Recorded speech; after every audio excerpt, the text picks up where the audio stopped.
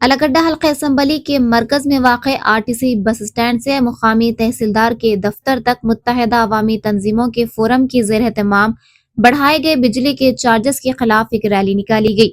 مظاہرین نے مطالبہ کیا کہ ٹرو اپ اور انرجی ایڈجسٹمنٹ چارجز کے نظام کو مکمل طور پر ختم کیا جائے، اضافی بجلی کے چارجز کم کیے جائیں، سمارٹ میٹروں کو بند کیا جائے، جو سمارٹ میٹر پہلے سے لگائے گئے ہیں انہیں ہٹایا جائے اور پرانے میٹرز کو جاری رکھا جائے۔ سمارٹ میٹروں کی وجہ سے جو اضافی بجلی کے بل بھیجے گئے ہیں وہ منسوخ کیے جائیں اور پاور کمپنی کی طرف سے SECI solar energy corporation of India کے ساتھ کیے گئے معاہدے بھی منسوخ کیے جائیں۔